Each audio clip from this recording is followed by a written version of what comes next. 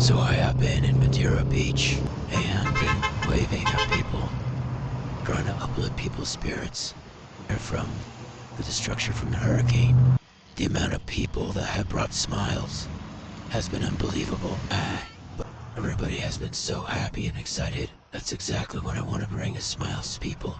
I had one person say, I've seen a lot of stuff today, and it really put a smile on his face from everything he went through, so that's all I wanted to do.